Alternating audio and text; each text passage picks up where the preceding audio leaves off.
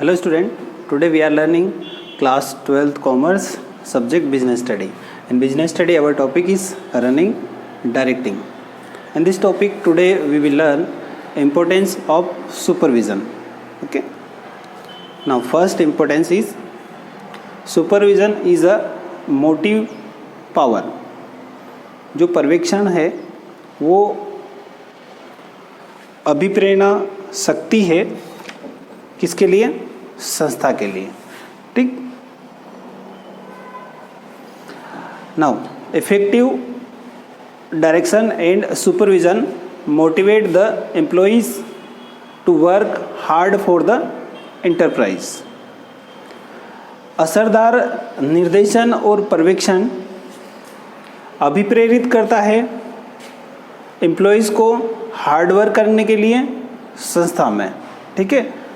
एक असरदार डायरेक्शन का कार्य अगर होता है संस्था में या पर्यवेक्षण का मीन्स सुपरविजन का कार्य, ठीक, तो उससे संस्था में जितने भी कर्मचारी कार्यरत रहते हैं उनको हार्ड वर्क करने की प्रेरणा मिलती है डायरेक्शन से और पर्यवेक्षण से मीन्स सुपरविजन से.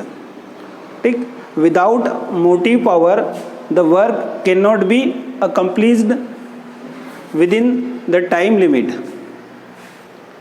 बिना सुपरविजन, बिना मोटिवेशन पावर के, प्रेरणा शक्ति के या बिना प्रेरित किए एम्प्लॉइज से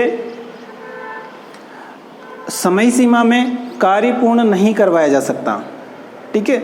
अगर संस्था में जितने भी एम्प्लॉई कार्यरत रहते हैं उनसे एक समय सीमा के अंदर कार्य कंप्लीट करवाना है या हार्ड वर्क करवाना है, ठीक है, तो उन्हें मोटिवेशन पावर या मोटिवेट करना बहुत आवश्यक होता है. ठीक है. Thus for the completion of work in time direction plays an important role. ठीक है. इसी प्रकार कार्य को पूर्ण कराने के लिए या एक सही सीमा में, सही दिशा में कार्य कंप्लीट कराने के लिए मोटिवेशन इम्पोर्टेंट है. और मोटिवेशन किसके द्वारा दिया जाता है? मैनेजर के द्वारा या सुपरवाइज़र के द्वारा. ठीक है. मैनेजर के अंडर में बहुत सारे एम्प्लॉयज़ रहते हैं बट सुपरविज़न जो होता है यानी कि पर्यवेक्षक जो होता है कंपनी में वो डायरेक्टली अटैच रहता है एम्प्लॉयज़ से. ठीक है. तो उसकी बातों को ज़्यादा फॉलो करते हैं एम्प्लॉयज़. किसी भी माध्यम से हो मोटिवेशन आवश्यक होता है किसी संस्था के एम्प्लॉयज़ के लिए ताकि एम्प्लॉयज़ सही समय में, सही दिशा में कार्य कर सकें और हार्ड वर्क कर सकें. ठीक है. बिना मोटिवेशन के, बिना प्रेरणा शक्ति के आप एम्प्लॉयज से अच्छे से कार्य नहीं करवा सकते हैं. Okay. Now second importance is to maintain discipline. ठीक है. अनुशासन बनाए रखने के लिए. ठीक. If proper discipline is not maintained in the organization then enterprise cannot propose since production is a teamwork. Therefore disciplined efforts of all the individual under the command of supervision is necessary. देखो, अगर proper discipline maintain नहीं किया जाता किसी संस्था में, सही तरीके से अनुशासित अगर नहीं होते एम्प्लॉयज़ या ऑर्गेनाइजेशन अनुशासन में कार्य नहीं करती तो जो लक्ष्य है, जो फ़ायदे होना है संस्था में वो प्राप्त नहीं किए जा सकता है. ठीक है. विदाउट प्रॉपर डिसिप्लिन के. Since production is a team work therefore discipline effort of all the individual under the command of supervision is necessary. जो उत्पादन का कार्य होता है वो एक टीम वर्क का कार्य होता है मीन्स साथ में कार्य किया जाता है, टीम में कार्य किया जाता है प्रोडक्शन का. ठीक है. अब टीम में कार्य करना मीन्स अगर सारे वर्कर्स एम्प्लॉइज़ डिसिप्लिन में काम करते हैं तो प्रोडक्शन का कार्य हो सकता है अच्छे से, अन्यथा प्रोडक्शन का कार्य ठीक ढंग से नहीं होगा बिना अनुशासन के। और अनुशासन में रखने का कार्य कौन करता है? सुपरवाइज़र। मीन्स सुपरविज़न के अंडर में ही अनुशासन अच्छे से मेंटेन किया जा सकता है। और सुपरविज़न मैंने पहले बताया आपको कि जो सुपरवाइज़र होता है वो डायरेक्टली अटैच होता है, डायरेक्टली जुड़ा होता है किससे? एम्प्लॉइज़ से। मीन्स वो एम्प्लॉइज़ का नज़दीकी अधिकारी होता है, वरिष्ठ अधिकारी होता है, ठीक है। तो वो सभी बातों को समझता है और वही व्यक्ति एम्प्लॉइज़ को डिसिप्लिन में ला सकता है।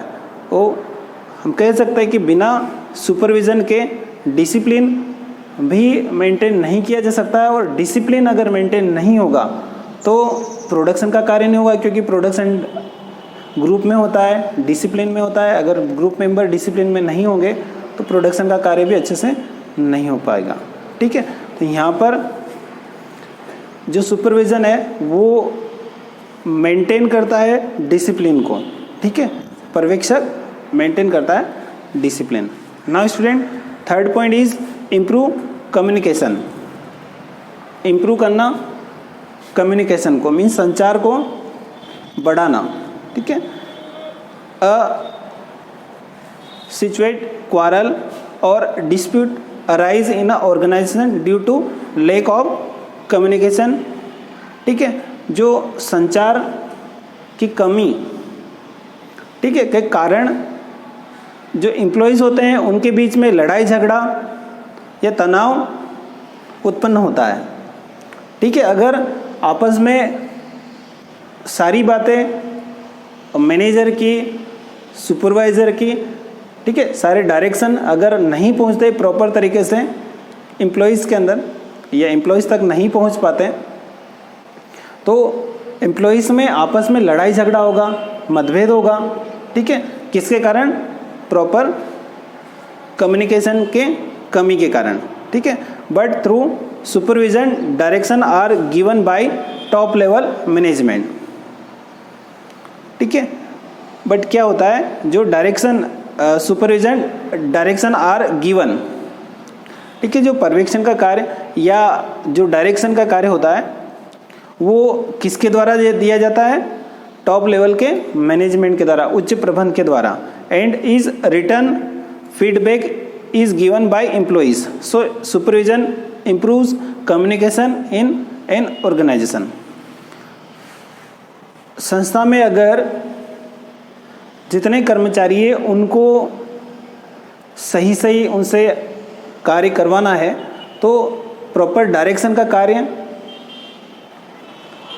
किसके द्वारा किया जाता है? टॉप लेवल के मैनेजमेंट के द्वारा।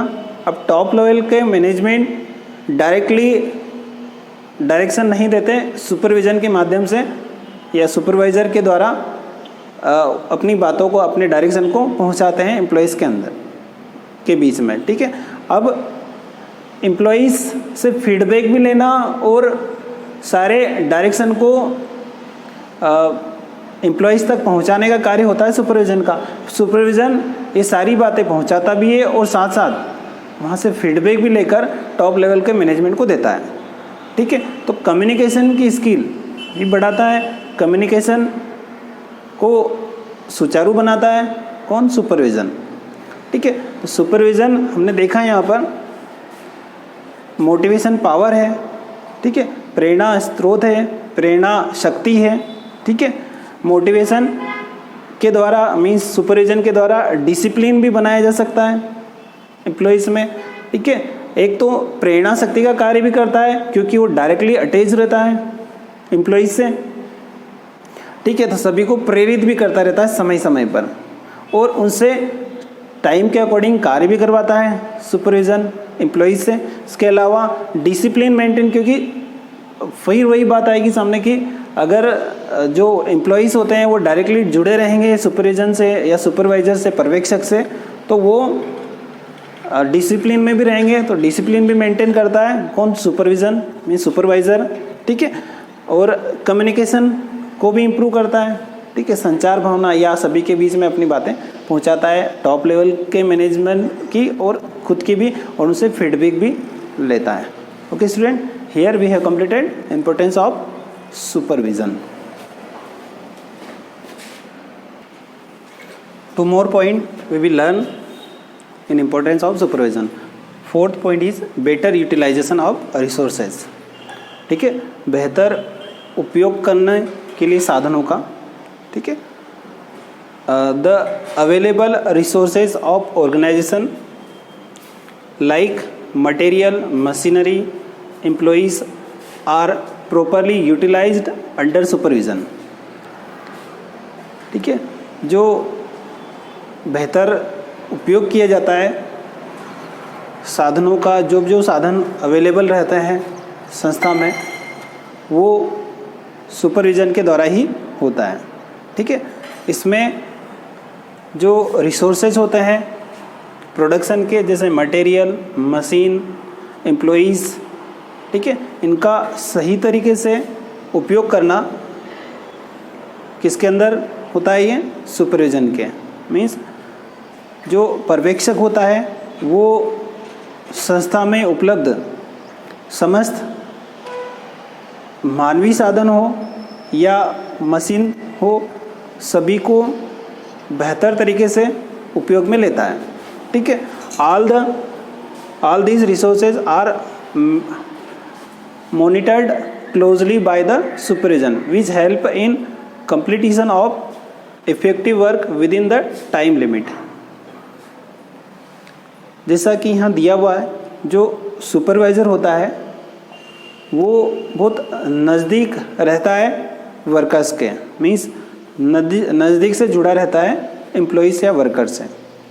ठीक है, उससे सुपरवाइज़र को हेल्प मिलती है उनसे काम लेने में। ठीक है, और सुपरवाइज़र अपने अधीनस्थों से, अपने एम्प्लॉइज़ से समय सीमा के अंदर ही कार्य पूर्ण करवा सकता है। ठीक है, तो हम कह सकते हैं यहाँ पर जो रिसोर्सेज है होते हैं प्रोडक्शन के ऑर्गेनाइजेशन में, जैसे मटेरियल, मशीन, ठीक है, एम्प्लॉइज़, इन सभी का बेहतर ढंग से, बेहतर तरीके से यूज़ किया जाता है। ठीक है, यूटिलाइजेशन किया जाता है किसके द्वारा? सुपरवाइज़र के द्वारा, वो भी समय सीमा के अंदर। Okay, now fifth point is feedback. ठीक है, supervision maintain contact with his subordinates. ठीक है, जो सुपरवाइज़र होता है वो अपने अधीनस्थों से हमेशा जुड़ा रहता है, कांटेक्ट में रहता है। ठीक है, इसके कारण क्या होता है? This help in receive the suggestion, ideas, complaint etc। इससे क्या होता है? वो सभी से जुड़े रहने के कारण उनसे हेल्प मिलती है, उससे सजेशन प्राप्त करने में, आइडिया प्राप्त करने में। ठीक है, कंप्लेंट, क्योंकि सुपरवाइज़र अपने एम्प्लॉइज़ से डायरेक्टली जुड़ा रहता है, डायरेक्टली कनेक्टेड रहता है, उसके कारण उसे आसानी होती है किसी भी प्रकार की सजेशन लेने में।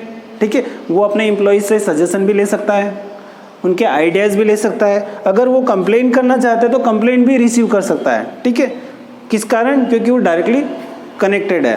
If it facilitates the process of receiving feedback and help to take managerial decision।